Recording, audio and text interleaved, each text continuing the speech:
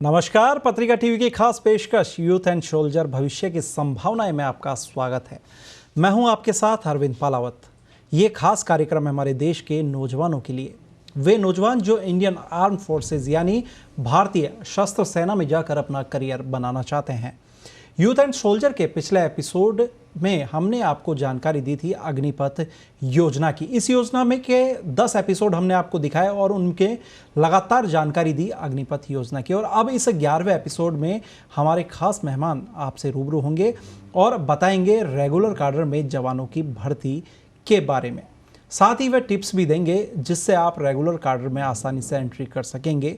हमारी इस खास पेशकश में आपको हम बताएंगे कि कब कौन सी भर्ती आयोजित हो रही है और उसकी आखिरी तारीख क्या है।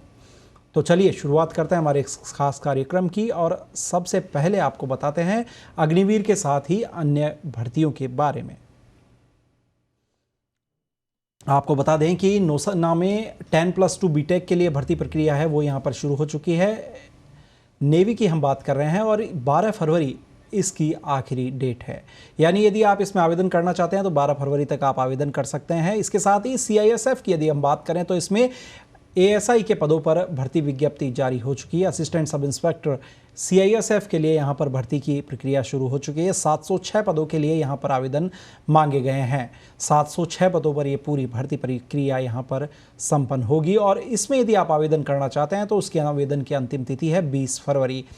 20 फरवरी तक आवेदन किया जा सकेगा। इसके साथ ही BSF की यदि बात करें तो BSF में वेटरनरी स्टाफ के लिए आवेदन की प्रक्रिया शुरू हो चुकी है।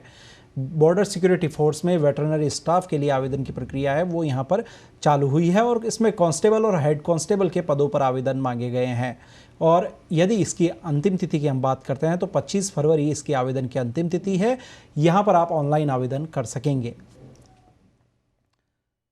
तो ये थी कुछ भर्तियों से जुड़ी हुई जानकारियाँ। ऐसे में यदि हमारे युवा साथियों ने अब तक इनमें अप्लाई नहीं किया है तो जल्द से जल्द वे आवेदन कर सकते हैं। तो चलिए अब हम आपको मिलवाते हैं हमारे खास मेहमान से जो आपको बताएंगे कि किस तरह से आप आर्मी के लिए सिलेक्ट हो सकते हैं। हमारे वो स्पेशल गेस्ट है colonel RS Bhandari. Colonel Bhandari Sainik school Chittorgarh और राष्ट्रीय रक्षा अकादमी से हैं। 33 साल की आर्टिलरी में विशिष्ट सेवा के बाद 2006 में वे रिटायर हुए।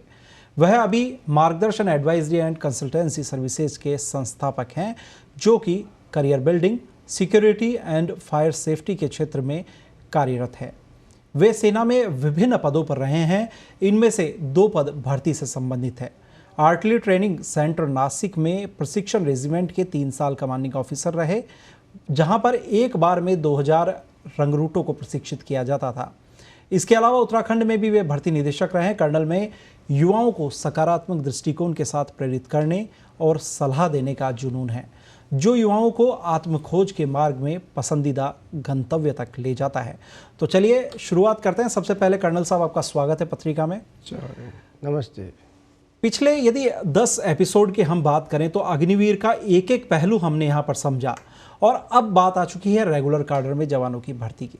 सबसे पहला सवाल जो दिमाग में है, क्योंकि आज से पहले जो 10 बुलेटिन हमारे हुए, 10 एपिसोड हुए, उसमें अग्निवीर पर हमने बात की, अग्निवीर पर गहन विश्लेषण हमने किया और अब रेगुलर कैडर की हम भर्तियों की बात करते हैं तो पहला सवाल दिमाग में यही आता है कि क्या अग्निवीर की भर्ती होने पर रेगुलर कैडर में पर्याप्त भर्तियां होगी या फिर इसमें संख्या घटेगी?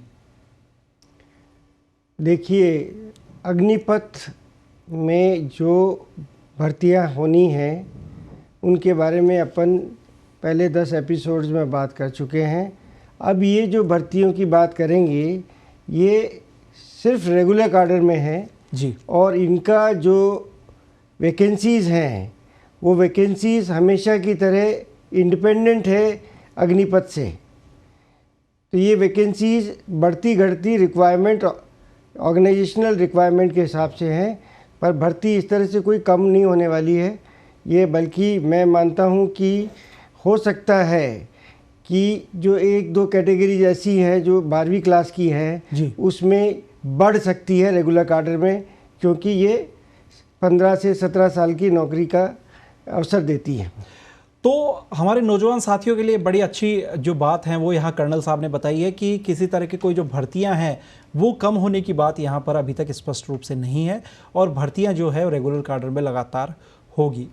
सर, तीनों सेनाओं की यदि हम बात करें, थल सेना, जल सेना, वायुसेना, इनमें यदि सीधी भर्ती की हम बात करते हैं तो ये कितनी श्रेणियों में यहाँ पर होती है, किस किस कैटेगरी के अंदर जो भर्ती प्रक्रिया है वो यहाँ पर होती है, वो आपसे समझना चाहेंगे। देखिए, ये 14 कैटेगरीज हैं। आर्मी में 7, नेवी में 1 और एयरफोर्स में 6 कैटेगरीज ऐसी हैं जिनमें अब सीधी भर्ती होगी। ये है कि इनमें से कौन सी अग्निवीर में शामिल की जा सकती है भविष्य में, अभी अपन नहीं कह सकते हैं, बट अभी के लिए 14 कैटेगरीज ऐसी हैं जिनकी डायरेक्ट रिक्रूटमेंट रेगुलर कार्डर के लिए किया जाएगा। सर, भारतीय सेना की यदि हम बात करें तो 7 श्रेणियों में यहाँ पर भर्ती होती है और संभवतः ये भर्तियाँ सबसे बड़ी होती है तीनों सेनाओं की यदि हम बात करते हैं तो। सबसे पहले आपसे जानना चाहेंगे कि ये जो 7 श्रेणियाँ हैं भारतीय सेना की, ये कौन सी हैं? भारतीय सेना में जो ये 7 कैटेगरीज हैं उसमें पहला तो है soldier technical nursing assistant, army medical corps के लिए। उसके बाद में सिपाही फार्मेसी, ये भी आर्मी मेडिकल कॉलेज के लिए कोर के लिए है। उसके बाद में सिपाही soldier technical nursing assistant veterinary, ये रिमाउंट वेटनरी कोर के लिए है। उसके बाद में JCO religious teacher, junior commission officer religious teacher, ये सभी आर्म्स और सर्विसेज के लिए है। उसके बाद में जेसीओ कैटरिंग, ये आर्मी सर्विस कोर के लिए है। और लास्ट में एक इंजीनियर कोर के लिए है जो कि हवलदार सर्वेयर ऑटोमेटेड कार्टोग्राफर। जी बिल्कुल, तो ये 7 श्रेणियां हैं थल सेना के लिए। भारतीय सेना की यदि बात करें तो वहाँ पर 7 श्रेणियों में रेगुलर कार्डर की भर्ती होती है। और अब हम एक एक जो कार्डर है उसके लिए हम यहाँ पर बात करते हैं। तो सर, सबसे पहले आर्मी मेडिकल कोर में सोल्जर टेक्निकल नर्सिंग असिस्टेंट का पद होता है, जिस पद के बारे में आप बता रहे थे। तो इस पद की क्या महत्वता है भारतीय सेना में और इसके लिए क्या योग्यता जो है, क्वालिफिकेशन है, वो यहाँ पर होनी चाहिए एक नौजवान के पास? देखिए, ये जो कैटेगरी है वो आर्मी मेडिकल कोर के लिए है। जी। आर्मी के अंदर हॉस्पिटल्स हैं जो कि लड़ाई के मैदान में जाके फील्ड हॉस्पिटल का भी इन एडिशन बनाए जाते हैं। दूसरी MAPs मेडिकल एड पोस्ट बनाई जाती हैं। इस तरह से अपनी पॉलीक्लिनिक्स होती हैं। तो इनको डॉक्टर्स को असिस्ट करने के लिए और मरीजों की देखभाल करने के लिए और स्टोर्स में दवाइयों की देखभाल करने के लिए इनको ये ट्रेड रखा गया है। यानी काफ़ी महत्वपूर्ण पद ये यहाँ पर है, क्योंकि जिस तरह की जो मेडिकल सपोर्ट है वो ये यहाँ पर देते हैं। इसमें जो रिक्वायरमेंट है वो 10+2 का है जी। और साइंस से आपने physics, chemistry, biology, geology, botany से किया होना चाहिए। 50% एग्रीगेट मार्क्स होने चाहिए और एक सब्जेक्ट में 40% मार्क्स, हर सब्जेक्ट में, व्यक्तिगत सब्जेक्ट में 40% मार्क्स होने चाहिए। उम्र के लिहाज से देखें तो 17.5 से 23 साल तक की है ये भर्ती होती है।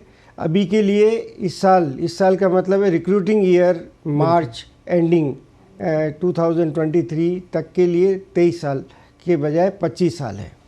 अच्छा सर, इसके बाद में दूसरी भर्ती जो है वो यहाँ पर आती है सिपाही फार्मा श्रेणी के लिए।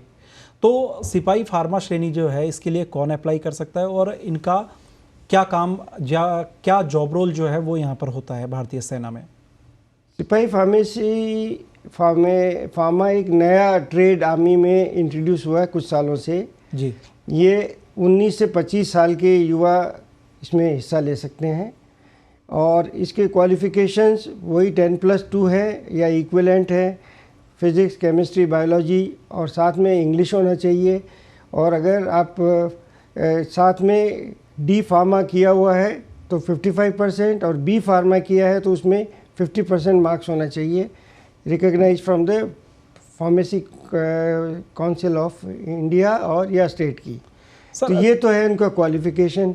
अभी आते हैं कि इनका काम जैसे सिविल में फार्मासिस्ट का है, सिमिलरली है कि दवाखाने में दवाइयों का अकाउंटिंग और दवाइयाँ डिस्पेंस करना, दवाइयाँ देना मरीजों को, ये इनका मेन कार्य है।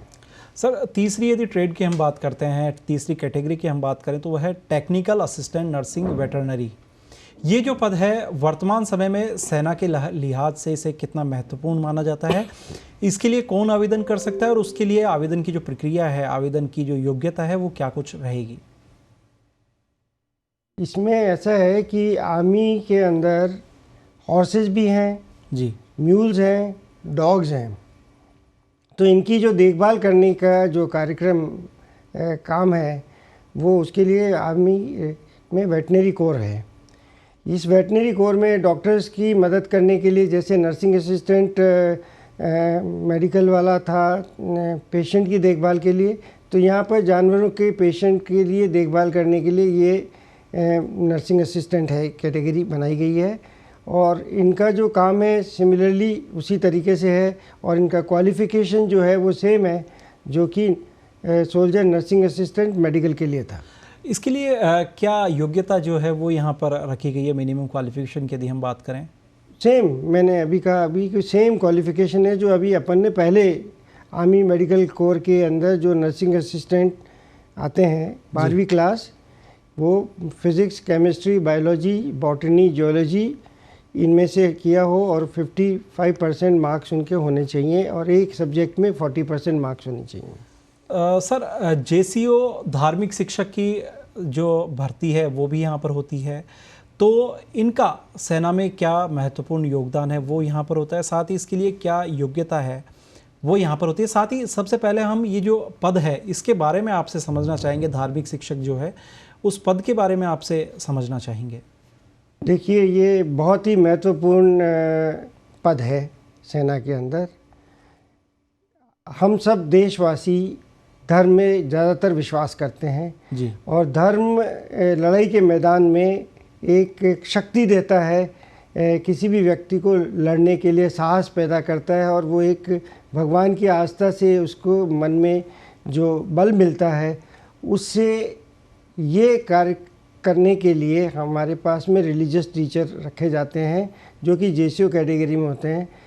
ये जो हर यूनिट के अंदर उस यूनिट के कंपोजिशन के हिसाब से, अगर यूनिट में ज़्यादा परसेंटेज हिंदू हैं, लेटर से 125 बेस स्ट्रेंथ रखी है, एक 125 के फिगर होने के ऊपर एक अगर हिंदू 125 है तो उनको पंडित जी ऑथराइज होंगे, अगर सिख है तो ज्ञानी ऑथराइज होगा, उसी तरह से अगर क्रिश्चियन डोमिनेंस है 125 तो पादरी होगा, और उसी तरह से बुद्धिस्ट के जो प्रीस्ट होते हैं वो होंगे, अभी या मौलवी होंगे।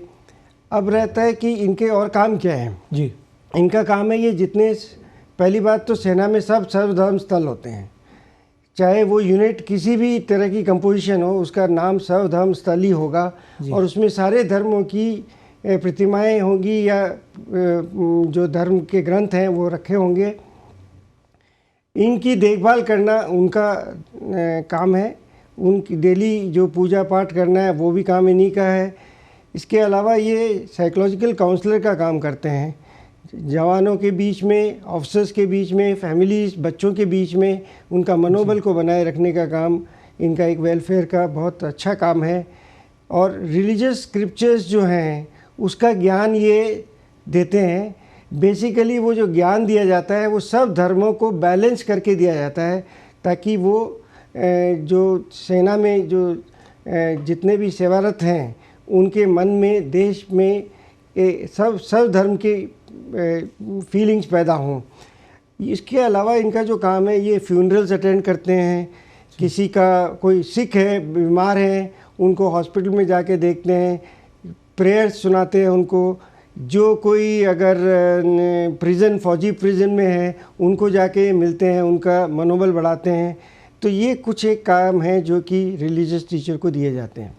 जी बिल्कुल, तो ये अलग अलग कैटेगरीज़ हैं, आगे और भी हम कैटेगरीज़ हैं उस पर बात करेंगे। थल सेना की इस वक्त हम बात करें, नौसेना, वायुसेना पर भी हम आएंगे। फिलहाल यहाँ वक्त तो चला एक छोटे से ब्रेक का, बने रहिए पत्रिका टीवी के साथ।